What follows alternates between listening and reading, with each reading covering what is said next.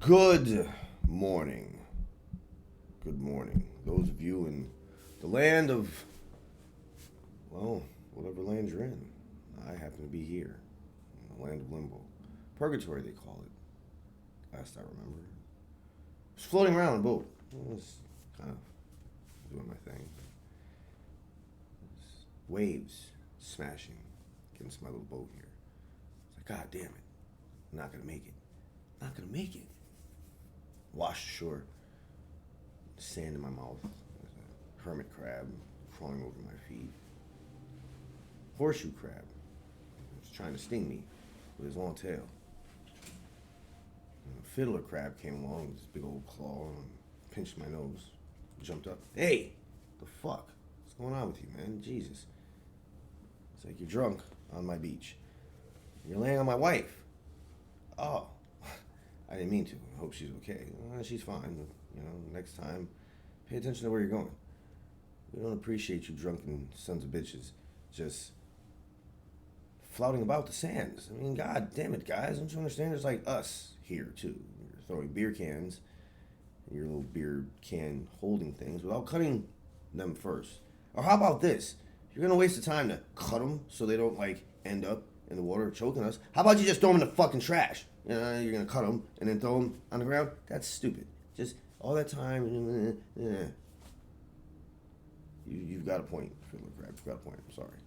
I didn't mean for you to be so angry and upset about these things. I had no idea. You know, I had no idea. I mean, you guys fly around, you shit on stuff, and you leave your shells and things all over the beach. I step on it, cut my foot. Ah! And, you know, I kind of figured, you know, it's plastic. It doesn't hurt. Doesn't hurt us. We have soft skin. You have shells. So, like, what's the big deal? Well, the fish. They're swimming into them and they're getting stuck. And there's a whole bunch of them stuck together. I'd like to see that. I have never seen a six-pack of fish before. Does it look like a six-pack of fish? Are there six fish stuck in a pack and they're, like, trying to swim different directions? That'd be interesting to see. It would be interesting to see how that would naturally occur in nature. What I do figure probably happens to you guys more often than not is you get stuck in these little things, your fins don't work as properly, and then some other bigger fish comes along and eats you. Now, am I saying that plastic in the oceans is not as serious as you say it is, ocean dwellers? No, I'm not saying that at all. I'm saying I don't know. I'm saying I know that you're littering the beach with your shells. Oh, that's not us, it's the goddamn seagulls. Well, tell them to cut the shit out. Damn it. Cut my foot yesterday, and I'm not too happy about it. It still hurts. Still hurts. I can't wear my sandals. Can't wear my sandals. How dare you tell me anything? I was just a little precursor. I happened to be staying at this hotel by the beach, over the harbor. I see the view. And it just made me decide to start off my little story with that. But you know how I do my stories. Come on now. You know how I do the stories. There's no not having any music, of course. You say to yourself, well, where's the music, Omen? Where is the music? Why have you not graced us with the music that is usually accompanying your tales? Well, hold on now. By advertising on YouTube, I grow my business by reaching my most. We're gonna get there. We're gonna get there, and we're gonna understand things. It's my son sleeping in the background, the youngest one.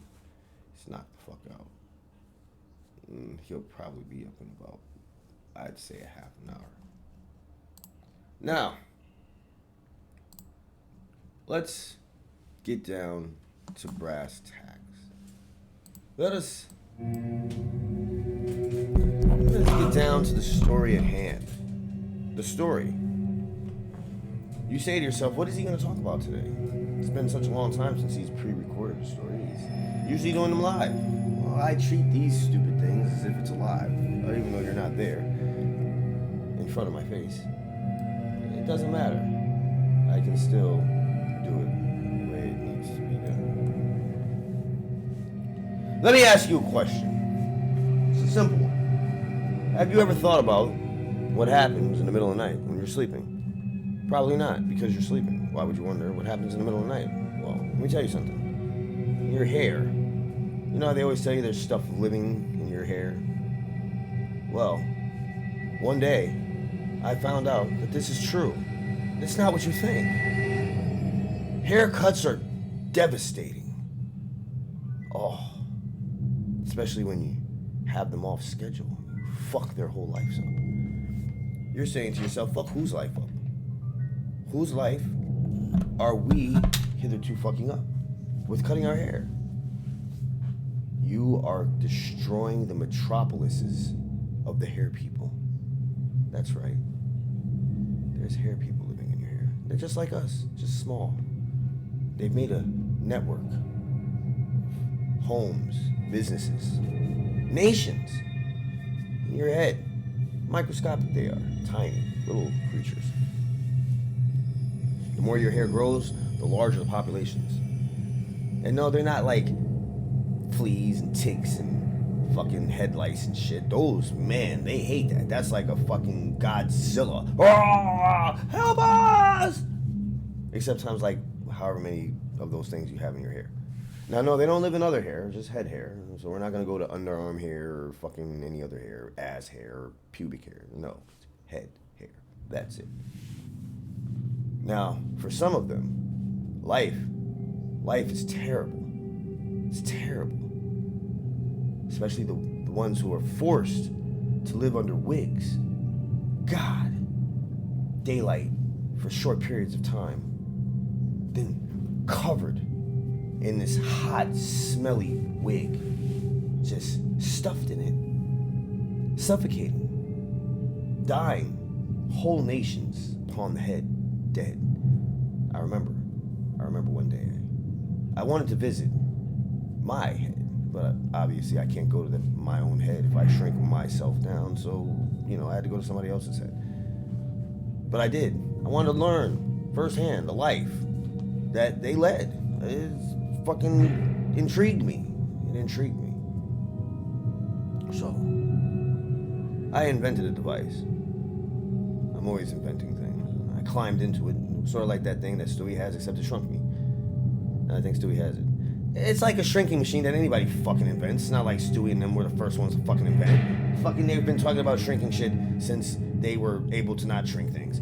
So, hey, I'm taking it from Willy Wonka, the original really Willy Wonka. There we go, the really Willy Wonka. That guy.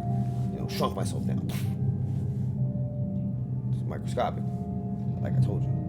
A small gust of air blew me fucking clean across half the goddamn room.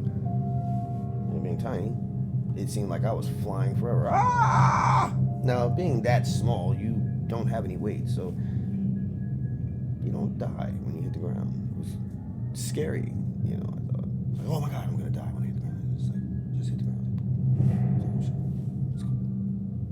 Got into the head of a scientist who was my friend, worked there, and I said, just chillax. I want you to give me the earpiece. We can communicate with each other.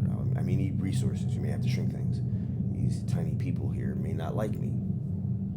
Well, immediately upon entering the head of this man, I found the first city. It was called Scalpia. I walked to the gates. Beautiful place. Little tiny people everywhere. They were enjoying a festival of dandruff. That's one of their main sources of food. They farm scalp hair. Scalp and cut down little tiny baby hairs.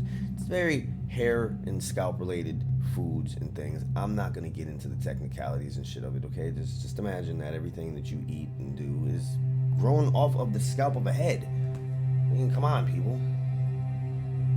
Let's be real. Now, the part that might disturb you is obviously there's no water on your head. There's no holes for water. So, they eat blood. To them, it's not blood, but we know it is. Minute amounts, you wouldn't even notice. I mean, they're microscopic, so one drop of blood means a whole lot. Now, of course, in the center of each of these towns is their blood bank, or they call it food center. I went there. It's a magnificent, glistening blood bubble. sitting there. Looks different when you're tiny as shit. Almost looks like a giant blood dome. Just shining. Sitting there looking all perfect in between the hairs, which looked like towering structures. And they lived in these. It was beautiful. I had a 25,000th floor high-rise apartment. It was wonderful. You know, they looked me up lovely when I explained to them who I was. And then they started to think about this. He's one of those who destroys the world. Now, of course, they only knew this after I explained to them about haircuts and things. And, you know, they don't have hair. They just have heads, no hair. They all pretty much look the same, men, women, except, you know, the women obviously have breasts and nicer butts, vaginas. Whereas the dudes, you know, penis and balls. Penis and balls. No breasts, though. Penis and balls. Same old shit. No hair of any kind on their bodies. None whatsoever. And they walk around naked, which is kind of disturbing at first when you're thinking about it, because they all look pretty much the same. You know, all of them. Pretty much the same. Same color. You know, pretty much the same facial features. Some have bigger breasts than others, but it's pretty much all the same. So it's kind of freaky when you see like all these people and they all look the same. But they don't hate each other for anything, you know. They don't hate each other. They just treat each other kind of normally and stuff. You know, mothers and fathers raise their little head children, babies. No issues. There's no such thing as divorce or hate, crime. Nobody kills anybody. They're too busy trying to survive because they know soon, every so often, the buzzer of death, Armageddon, hits them. Oh, they described this. We know it as a haircut, but hear them describe it. It's the end of times, especially a buzz. Simple snippings are easy for them to deal with. They hear the sound of the shears. They automatically know. Vacate the upper levels. Move down. But you have to deal with the tidal waves. Now, for some, they're lucky until that day comes. Buzzmageddon. Oh. I told my friend, hey, why don't you put that haircut off this week? You know, it's not necessary. I feel sorry for these people. We're killing them. But you gotta remember, they reproduce like that. One family can turn into 1 million within merely days. The life cycle is very short. So at the one time, I feel bad for them. At the second time, I kind of feel like, well, And then my friend decided he was not going to listen to me, and he went to cut his hair. I heard the sound. Oh, imagine being so tiny that the sound of buzzers, you know, it sounds like to you is like when you're, you know, that fucking small. And it shakes everything. I was holding on for dear life as he came through. I saw many of them just splattering, little bodies being destroyed, crushed, ran over, chopped up hair, fun falling out of their little high-rise buildings. I said, Jimmy, stop it! Stop it, Jim. Stop cutting them. You're killing them all. He said, there's no way in the world I'm going to leave my hair with one cut piece down the middle. He said, you better get the fuck back to the area I told you to go so we can make it bigger again. I said, how dare you? I jumped down, crawled in his ear. I found the control center of his brain. I was no longer thinking like a human being. I was thinking like one of them. I had to save us. And only I knew how. Got inside of his brain. Started dancing on top of little nerve endings. He's twitching and shit. And I said, wait a minute. Friends, I will save us. Follow me. I brought more into there. We started, told them parts of the brain that they needed to connect. We started wiring it together. We made a control center. We took control of Jim's body. We controlled it. We went and found others like ourselves. I was kidnapping people with Jim and grabbing them up, bringing them back to the lab. Get in here. Shut up. Then we would tell the others. Crawl into the ears and build it just like this. Immediately, they started to do this. We had made them aware of the fact that they were able to control the things that were destroying the shit out of their fucking lives on a weekly basis some places.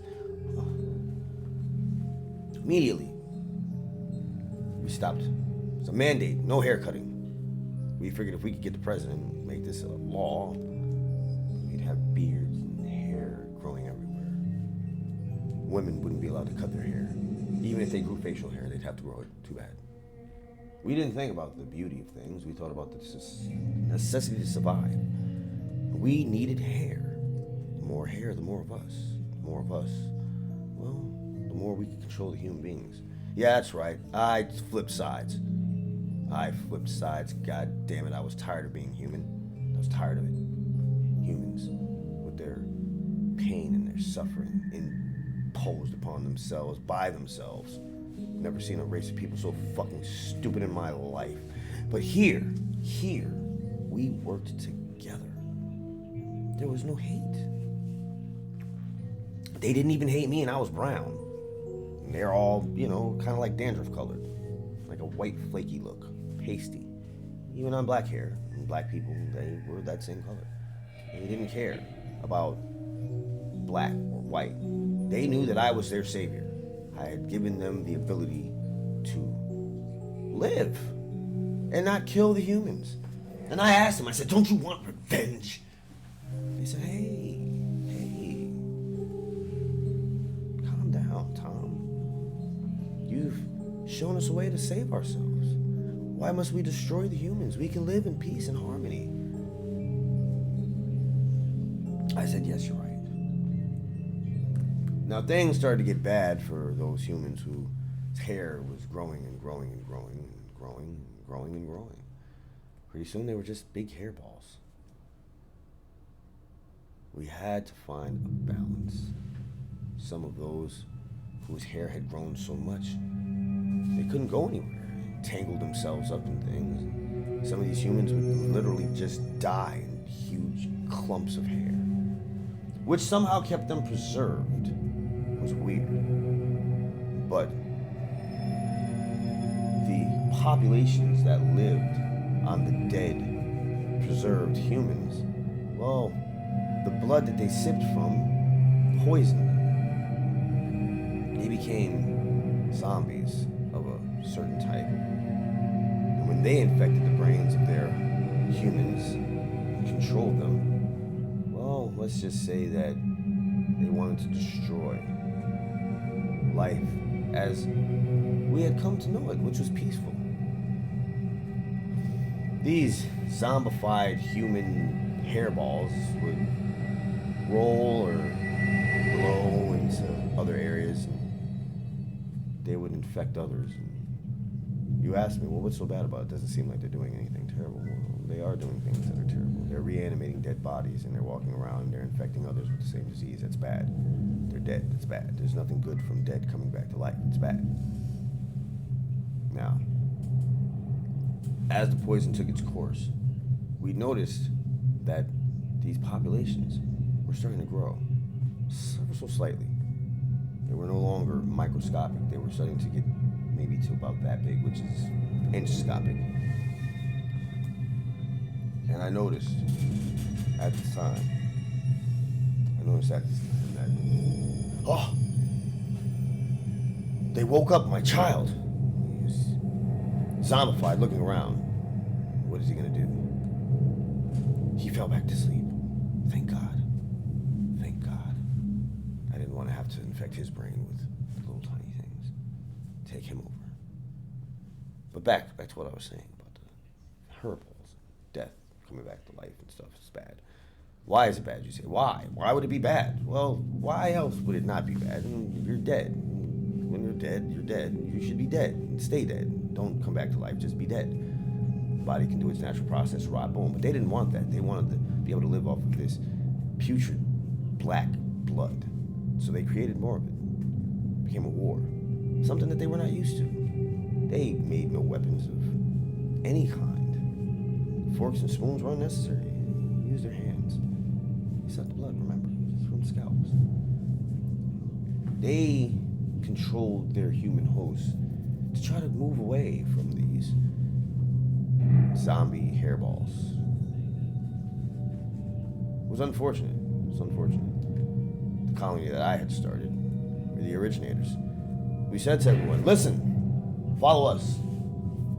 We know of a place with walls so high and so big that we can live. But then I also thought about it, like, why do we need to group together with other humans? There's like billions of us here in this guy. Like, we've got it made. He's got body hair now. We can move down the back, chest hairs, arm. You know, we can live. Zillions, gajillions of us. I mean, I can't even create a word for how many of us that were living there. And like I said, it was harmony, it was joy. We kept him alive. We made sure he ate and stuff. You know, we wanted a different taste in the blood. We eat something different. I personally loved iron tasting blood. It was delicious. So I ate a lot of red meat when it was my turn to decide. Others, they liked fruity flavors and vegetables and things. We tried to do a balanced, meal thing. Now, you're probably saying to yourself, where's the scariness of this story? I never said it had to be scary. It's just a stupid story. But there is something scary that happened. I forgot that upon my head, too, lived these creatures, and I was denying them the same freedoms that I had brought to their people. Or so I thought. What? You wonder. Where's the twist? I was never in control in the first place. They had climbed in my brain, controlled me, making me think that I cared for them. And they then led a revolution. Now my brain, hair, might controller things were happy being tinier than tiny. And they had no problem with me still living, sort of, the life that I thought that I wanted, which in retrospect was a great life, the peace, the harmony. But the fact that I knew I had been manipulated into this when they told me left me angry. I said to them, why didn't you just tell me? And he said, would you have listened to us otherwise? Would you have enslaved your own people to live amongst ours? Yeah, actually I would, man. It's nice here. I got myself a little hair follicle thing wife. She's got nice tits, nice ass, She treats me nice. We're about to have little kids. Millions of them. Well, that's the unfortunate thing, I'm sorry. Your DNA is not compatible with ours. You will have no children. What? Come on, that's boring. That's not, no, that's boring. I'm not gonna sit here without kids. I need kids. Where's my kids? No, where's my kids, seriously? Shrink them. Let's go back to the lab, shrink my kids, and I can run around with my kids in here, or else we're gonna have problems. We're gonna have problems. We're not. I'm not gonna stay here. I mean, I'll keep the wife, lovers, gorgeous, bald head. Yeah, love it. But gotta have my kids. An arrangement was made. Discussion had, and we decided that would be the most sound thing for me, to have my children. We hunted them down because they understood that their brains were being taken over by certain stuff. So they went into hiding. All of them bald-headed. I was appalled. My daughter, no hair. Sons, all bald, looking like Mr. Clean 1, 2, and 3. They even cut the hair off the baby. But they didn't understand. There's ear hair. Just enough. Just enough. I sent some of my best. Get them! They infected the brains of my children. Immediately, they started growing their hair back. It was wonderful. Then we shrunk them, and they came and lived with me on my friend's head. And in their heads, their things lived in their brains. And it was a wonderful time, you know. We did stuff like drink the blood that we drank and rode hair coasters. The more hair you had, the more stuff you could do. It was fucking phenomenal.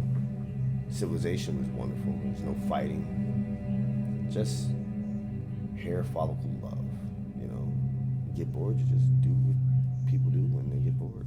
We read books, watched television, hair flicks, you know. Frollo. We enjoyed these channels. It's beautiful. Nightly news is rather uneventful. There was no murder. There was no killing. It was just good happiness. It was good happiness. Then I woke up. I was in this hotel room. I looked out the window and realized that this is life. There's no happiness, joy, no harmony. Only inside my head. Only inside